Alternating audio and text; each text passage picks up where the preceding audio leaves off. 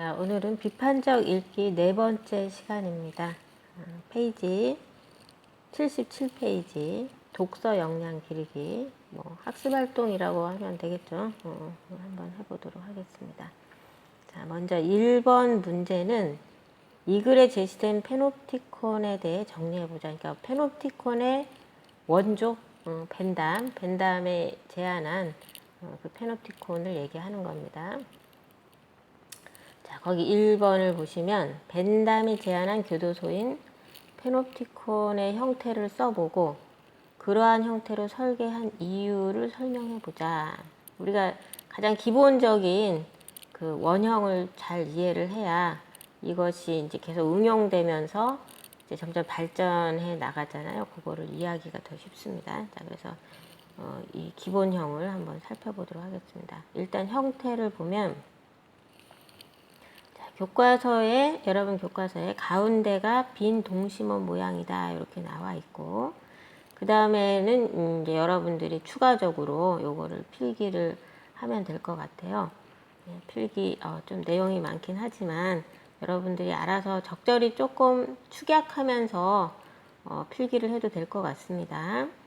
자, 바깥쪽에 둥그런 건물에는 죄수를 가두는 방이 있고, 그 다음에 중앙에는 죄수를 감시하기 위한 공간이 있다. 그러니까 바깥쪽의 건물에는 죄수의 방이 있고, 그 다음에 중앙에는 죄수를 감시하기 위한 감시하기 위한 공간이 있다라는 거. 그 다음에 이제 두 번째도 중요한데, 죄수의 방에는 외부로 난 창 외에 내부를 향한 또 다른 창이 있다. 그래서 감시자가 죄수를 감시할 때는 어느 쪽 창을 본다는 얘기입니까? 이 내부를 향한 또 다른 창을 보고서 감시를 한다는 얘기죠.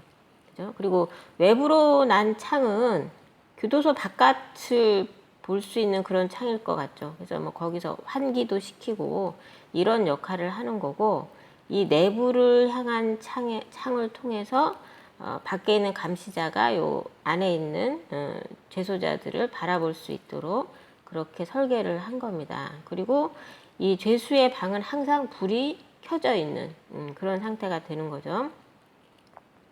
자, 그 다음 세 번째는 중앙 감시 공간의 내부는 항상 어둡게 유지한다. 어두워야 되는 이유는 뭡니까? 죄수들이 감시자가 날 보고 있는지 혹은 보고 있지 않은지를 확인할 수 없게, 그래서 언제 나를 보는지를 모르기 때문에 결국은 항상 자기 스스로 조심할 수밖에 없도록 그렇게 만든 겁니다.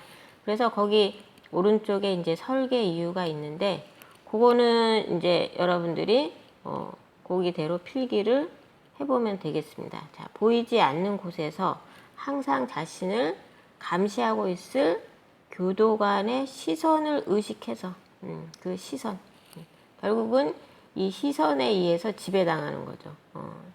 이것을 의식해서 스스로를 감시하게 그렇게 만들고 있다라는 거. 그래서 많은 죄수를 적은 수의 교도관이 아주 효율적으로 감시할 수 있게 만든 그런 그 교도소가 바로 페놉티콘이라는 교도소인 거죠. 자, 이 첫 번째, 1번에서 얘기한 이 벤담이 제안한 이 페놉티콘이 가장 그 원형이고, 그 다음에 두 번째에서 보면 푸코가 이 페놉티콘을 더 확장시켜서 생각을 합니다. 그래서 푸코가 얘기한 그런 페놉티콘은 뭐냐? 자, 이 페놉티콘은 새로운 근대적 감시의 원리가 체화된 건물이다. 자, 여기서 근대적이라는 것은 어떤 의미라고 했습니까? 과거에는 죄수를 쇠사슬에 채운다든가 어떤 좁은 공간에 가둔다거나 이렇게 해가지고 감시를 했었는데, 이제는 죄수 스스로가 자신의 정신적으로 자기를 스스로 가두게끔 그렇게 만드는 거잖아요. 그런 점에서 이게 근대적이라는 거죠. 근대적 감시의 원리가 체화된 건물이라는 거.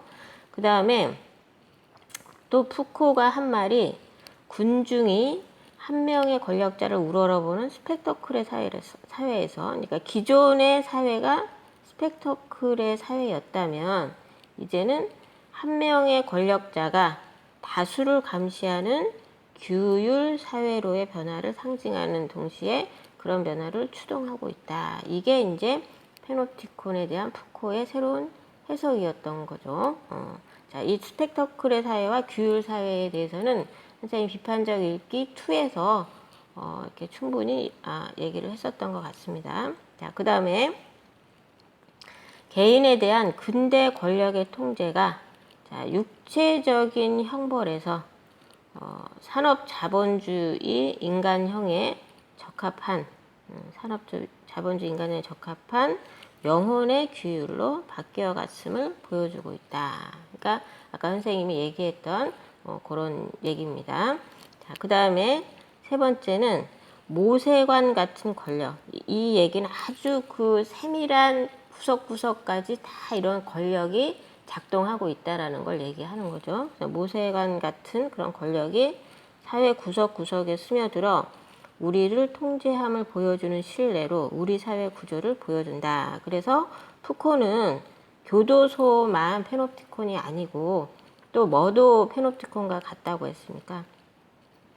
공장도 일종의 페노티콘이라고 했고 학교도 페노티콘이라고 했고 그 다음에 병원도 하나의 페노티콘이라고 했습니다. 그렇게 따지면 거의 모든 그런 건물이라든가 이런 것이 다 페노티콘으로 구조화되어 있다. 그렇게 우리가 볼 수 있는 거죠.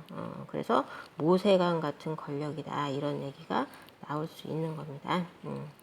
자, 그래서 여기까지가 이제 푸코의 페노티콘이고 그 다음에는 이제 전자 페노티콘 얘기가 나옵니다.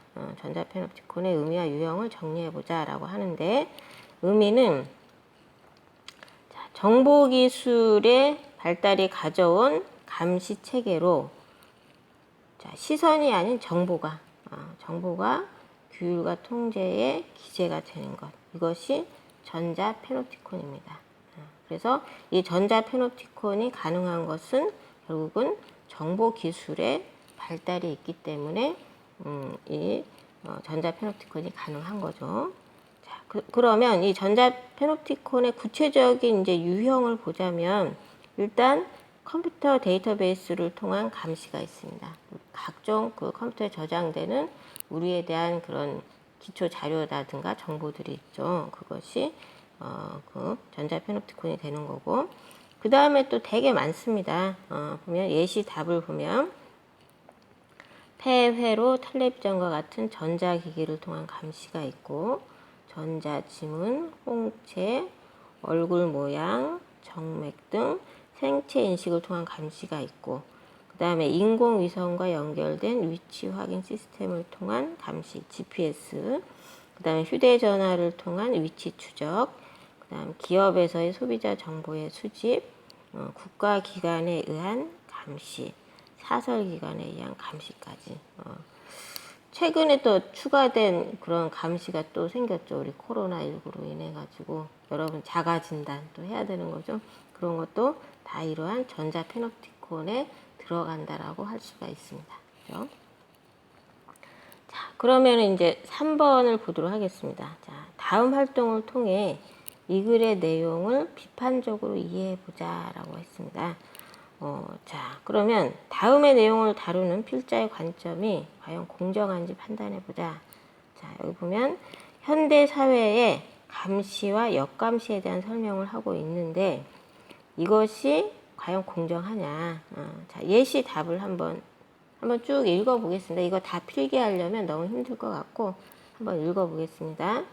자, 정보가 규율과 통제의 기재가 되는 현대 사회의 감시를 전자 페노티콘으로 설명하고 공개된 정보를 바탕으로 역감시의 기능을 하는 시민운동에 대해서도 설명하고 있으므로 현대 사회의 감시와 역감시를 다루는 데 있어 나름 공정하다.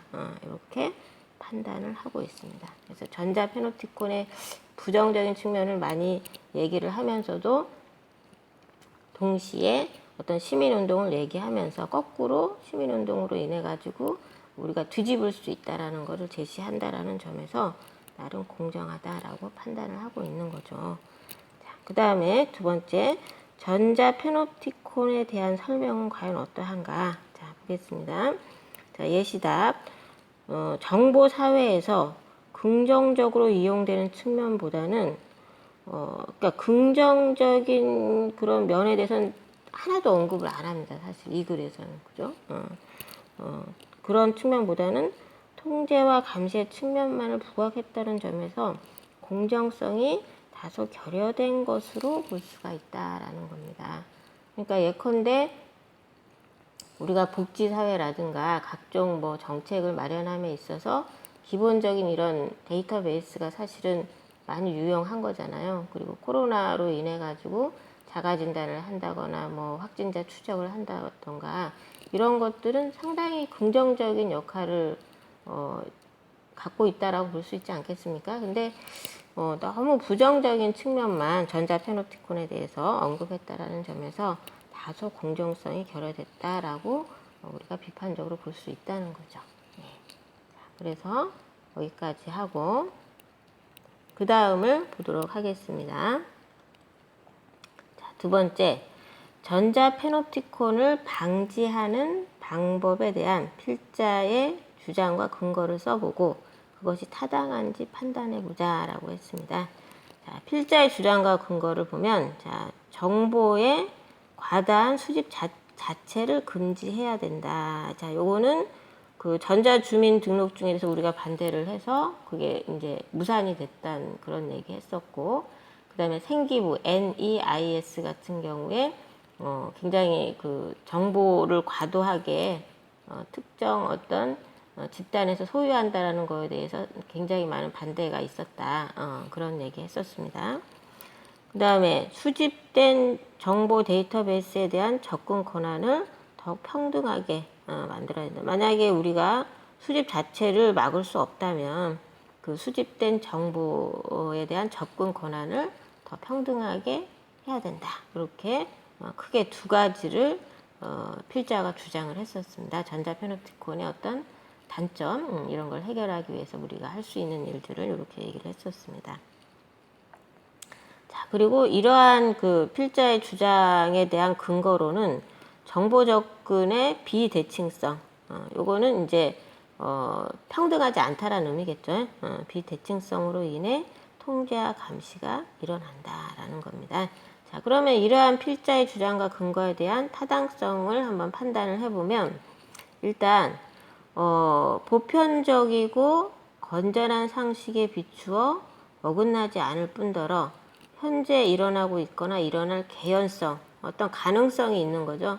개연성이 있는 것을 토대로 주장하고 있으므로 상당히 타당하다라고 볼 수가 있습니다. 건전한 상식에 비추어서 잘못된 게 없잖아요. 보편 타당하고 그래서 타당하다라고 판단을 하는 겁니다.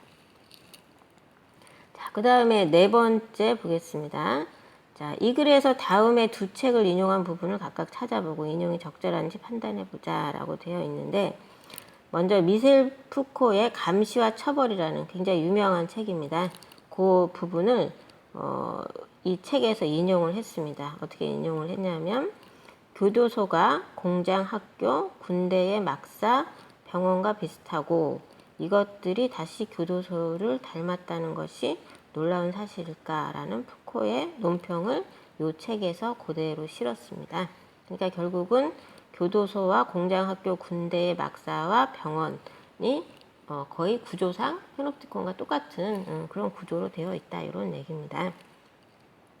자, 그러면 이 글과의 관련성을 보면, 자, 우리 사회가 거대한 페놉티콘과 다르지 않음을 함축하는 내용으로 전자 페놉티콘에 대한 설명으로 나아가는 어떤 과정으로서 이 글과 관련성이 있습니다. 그죠? 그러니까 원형이 벤담의 그 페놉티콘, 그 다음에 미셀 푸코의 그 페놉티콘을 얘기하고 그 다음에 전자 페놉티콘으로 넘어가야 되잖아요. 그래서 그 과정으로서 미셀 푸코의 이 감시와 처벌이라는 책을 인용한 것은 적절하다라고 우리가 판단할 수 있는 거죠.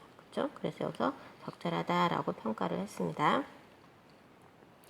그 다음에 이제 두 번째 책이 조지 오웰의 1984라는 책을 인용을 했습니다. 자, 인용한 내용은 잠자고 있건 일하건 쉬건 욕실에 있건 침대에 있건 감시를 당한다는 내용. 자, 이런 부분을 인용을 했고, 자, 이 글과의 관련성은 자, 1970년대 중반 이후 정부나 기업의 개인 신상 정보 수집에 사람들이 민감해진 것과 관련지어 소설 속 빅브라더의 이미지가 전자 패노티콘과 똑같은 것으로 간주되었다고 한다. 그래서 상당히 역시 적절하다라고 볼 수가 있습니다. 그렇죠? 그래서 빅브라더 얘기는 우리에게 굉장히 임팩트 있게 다가올 수 있는 그런 적절한 예였다고 볼 수가 있습니다. 그 다음에 이제 5번을 보도록 하겠습니다. 자, 이 글에는 통제화되고 있는 사회 현상이 나타나 있다. 이 글에 내재된 사회 문화적 이념을 파악해보고 이에 대한 자신의 생각을 정리해보자 라고 했습니다. 자, 그러면은 요것도 한번 읽어보도록 하겠습니다. 자, 이 글에는 감시당하는 사람이 자신에 대한 정보가 언제 어떻게 열람될지 모른다는 이런 걸 뭐라고 했습니까? 불확실성. 그죠? 그 다음에 수집된 정보에 대한 접근이 제한된다는 비대칭성. 누구는 다 볼 수 있지만 누구는 볼 수가 없다. 이게 대칭이 그러니까 평등하지 않다. 그런 뜻입니다. 비대칭성에 의해 권력자가 시민을 규율하고 통제한다는 그런 생각이 내재되어 있습니다. 이게 사회 문화적 이념인 거죠. 이러한 전자 패노티콘 사회에서는 결국은 특정 권력자가 우리를 통제할 수 있는 그런 위험이 있다라는 걸 그런 생각을 갖고 있는 겁니다. 또한 이러한 정보의 불확실성과 그렇다면 이 두 가지가 문제라고 했으니까 요게 만약에 해소가 된다면 불확실성과 비대칭성이 해소된다면 결국 권력에 대한 시민의 역감시 거꾸로 우리가 다시 권력자들을 감시할 수 있지 않겠는가라는 그런 생각이 깔려 있다라고 볼 수가 있습니다. 이것이 이 글에 내재된 사회 문화적 이념이라고 정리해 볼 수가 있습니다. 그러면 이제 요거를 토대로 자신의 생각을 한번 정리해 보자라고 되어 있는데, 자신의 생각은 정보의 수집 과정과 내용이 확실하고 정보의 공개가 투명하게 이루어진다면 권력과 시민 간의 상호 견제와 감시가 가능하게 되고 결국 투명한 사회가 될 것이라고 생각한다라고 이렇게 개인의 생각을 정리해 볼 수가 있겠네요. 네. 자, 그러면은 이제 이 부분 해서 넘어가도록 하겠습니다. 그래서 그 다음은 이제 조금 다른 글인데 요것도 같이 연결지어서 한번 읽어보고 거기 활동을 좀 해보도록 할게요. 자, 그러면 거기 사례 2를 한번 보도록 하겠습니다. 다음에 두 사례를 보고서 전자 패노티콘의 양면성, 뭐 긍정적인 면과 부정적인 면 이런 거라고 볼 수 있을 것 같아요. 그래서 한번 읽어보도록 하겠습니다. 자, 경찰 수사에 폐회로 텔레비전 분석이 본격적으로 활용된 것은 2010년대 들어서부터이다. 지방자치단체와 경찰 등 공공기관에서 설치한 폐회로 텔레비전 대수가 2010년에 30만 대에서 2013년에 56만 대로 급증하면서 폐회로 텔레비전의 수사 활용도 또한 높아졌다. 민간이 설치한 폐회로 텔레비전은 물론 최근 급속하게 늘어난 차량용 블랙박스까지 감안하면 사실상 도처에 무언의 목격자가 있는 셈이다. 그래서 이 무언의 목격자가 어떤 감시의 기능을 할 수 있는 그런 상황이 되었다라고 볼 수가 있습니다. 그 다음에 사례 두 번째를 보겠습니다. 자, 드론이 또 생겼어요. 자, 무인기. 드론은 조종사 없이 무선 전파의 유도를 통해 조종할 수 있는 항공기이다. 사진기, 감지기, 통신 장비 등을 탑재할 수 있고, 그러니까 드론으로 사진 많이 찍잖아요. 그죠? 탑재할 수 있고, 무게와 크기도 다양하다. 감시 및 정찰과 같은 군사 용도로 처음 생겨난 무인기는 이제 개인도 부담 없이 구매할 수 있는 상품으로도 생산되고 있다. 무인기는 현재 고공 촬영, 농약 살포, 공기질 측정, 교통 상황 모니터링, 배달 등 다방면에 활용이 되고 있습니다. 그러니까 여기 지금 요 밑줄 친 부분은 다 어떤 긍정적인 상황이라고 볼 수가 있겠죠. 긍정적으로 이렇게 활용이 되고 있다라는 걸 얘기하고 있습니다. 자, 그러면 1번 활동을 보겠습니다.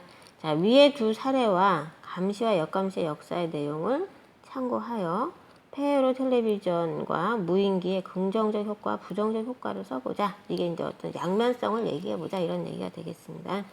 자, 먼저 긍정적 효과, 폐회로 텔레비전의 긍정적인 건 뭐냐? 경찰 수사에 도움이 된다. 이거 굉장히 결정적인 거죠. 그리고 외국인들이 한국에 와가지고 깜짝 놀란다고 합니다. 카페나 이런 데서 가방을 놔두고 화장실에 다녀온다거나 뭐 물건 주문하러 다녀오고 하면은 한국인들 어떻게 가방을 저렇게 놔두고 다니지? 막 그러면서 한국인들의 그런 준법 의식, 도덕성에 굉장히 감탄한다고 하는데 사실은 물론 한국인들의 도덕성도 우수하지만 곳곳에 CCTV가 있기 때문에 그 뭐 훔치려고 한다거나 그랬을 때 어디든지 또 적발이 될 수 있기 때문에 더 이렇게 그런 면을 스스로 조심하는 측면도 있다고 생각하거든요. 그래서 어쨌든 우리의 그 CCTV가 경찰 수사에 도움이 된다. 그리고 범죄 예방 및 범죄 증거 확보하는데 굉장히 중요하게 쓰이고 있습니다. 그러면 이제 이거 CCTV의 부정적인 효과는 뭐가 있을까? 일단 개인의 사생활 및 인권 침해 소지가 있다라는 거.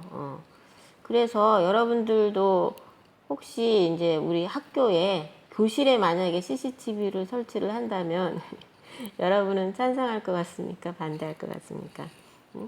뭐 CCTV 설치하자는 입장에서는 아마도 뭐 도난 사건 사고라든가 아니면은 학교 폭력을 방지하기 위해서 CCTV를 설치한다라고 이제 주장할 수 있을 거고 아마 반대하는 그 학생들의 대다수의 입장은 이런 거 아니겠습니까? 개인의 사생활 침해, 우리 얼굴 막 찍혀가지고 혹시 뭐 이상한데 엉뚱한 사람이 보지는 않을까 아니면은 아주 개인적인 어떤 일들이 뭐 찍혀가지고 다 공공이 보거나 이럴 경우에 이제 자기 사생활이 침해가 된다라는 그런 우려들 이런 게 있는 거죠. 그래서 이게 이제 가장 치명적인 어떤 부정적인 면이라고 할 수가 있겠습니다. 자, 그 다음에 무인기를 보겠습니다. 무인기의 긍정적 효과는 상당히 많습니다. 자, 사람이 접근하기 어려운 장소를 탐색할 수가 있다. 공중에 높이 떠서 뭔가를 볼 수도 있고, 그 다음에 어떤 사람이 가서는 안 되는 환경 있잖아요. 뭐 공기가 안 좋다든가 이런데 무인기를 띄워가지고 뭔가를 측정할 수도 있는 거고 그런 여러 가지 장점이 있습니다. 그 다음에 신속 정확하고 저렴한 비용으로 배달 등의 임무를 수행할 수 있다라는 거. 이건 지금이라기보다는 조금 미래 사회에서 이렇게 무인기가 쓰일 수 있을 것 같아요. 근데 그렇다면 이제 부정적인 효과는 뭐냐? 이것도 역시 개인의 사생활 및 인권 침해 소지가 있다라는 거. 그러니까 무인기를 띄우면 어쨌거나 밑에서 아무 그 상관이 없는 사람들이 이렇게 찍힐 수 있는 거잖아요. 그래서 그런 사생활 문제, 이게 제일 크다라고 볼 수가 있고, 그 다음에 하나 더 추가적으로 CCTV와는 다르게 사고 위험이 또 있을 수 있어요. 무인기끼리 이렇게 위에 떠 있다가 서로 충돌한다든가 아니면 그게 이제 땅으로 추락한다든가 했을 때 사람이 다칠 수 있는 그런 위험이 있는 거죠. 그래서 이런 게 부정적인 면이라고 볼 수가 있습니다. 자, 그러면 이제 두 번째 보겠습니다. 생활 속에서 폐회로 텔레비전과 무인기의 부정적 효과를 최소화할 수 있는 방안을 생각해보자. 그래서 이미 상당 부분은 우리가 법적으로 최소화하려고 하는 그런 노력들을 보이고 있습니다. 거기 예시 답을 보면 불확실성에 의한 개인의 사생활 및 인권 침해 소지를 최소화하기 위해서 촬영 장소, 그 다음에 시간, 대상 등에 대해 사전 공지를 합니다. CCTV가 이렇게 달려있는데 보면은 CCTV 녹화 중이라고 크게 이렇게 글씨가 쓰여져 있고 사람들이 그것을 확인할 수 있게끔 꼭 그렇게 해줘야 돼. 안 그러고 그냥 CCTV를 설치하면 그 불법입니다. 그래서 일정 정도 어떤 그런 개인의 사생활 침해를 막기 위한 그런 나름의 조처가 있는 거죠. 그 다음에 정보의 비대칭성을 해소하기 위해 열람 범위 및 사용의 범위를 법률로 엄격하게 제한하고 이를 위반할 시 엄중한 처벌을 하고 있다. 그래서 꼭 필요한 사람들에게만 CCTV를 공개한다던가 뭐 이런 식의 그런 제한이 있는 겁니다. 자, 그 다음에 세 번째, 무인기의 경우 사고 위험을 줄이기 위해 충돌 방지 등을 방지할 수 있는 시스템 개발 및 장착을 의무화하고 있다. 이렇게 나름의 대안을 지금 최소화하기 위해서 노력하고 있다라고 볼 수가 있습니다. 자, 이렇게 해서 우리가 비판적 읽기를 모두 마치도록 하겠습니다. 다음 시간에는 감상적 읽기로 들어가도록 하겠습니다. 그런데 감상적 읽기로 또 들어가면 또 희생해야 할 반이 또 하나 있습니다. 2학년 2반이 감상적 읽기를 조금 진도를 나가는데 2학년 2반 학생들은 조금 양해를 부탁드리겠습니다. 자, 그러면 오늘 모두 수고하셨습니다.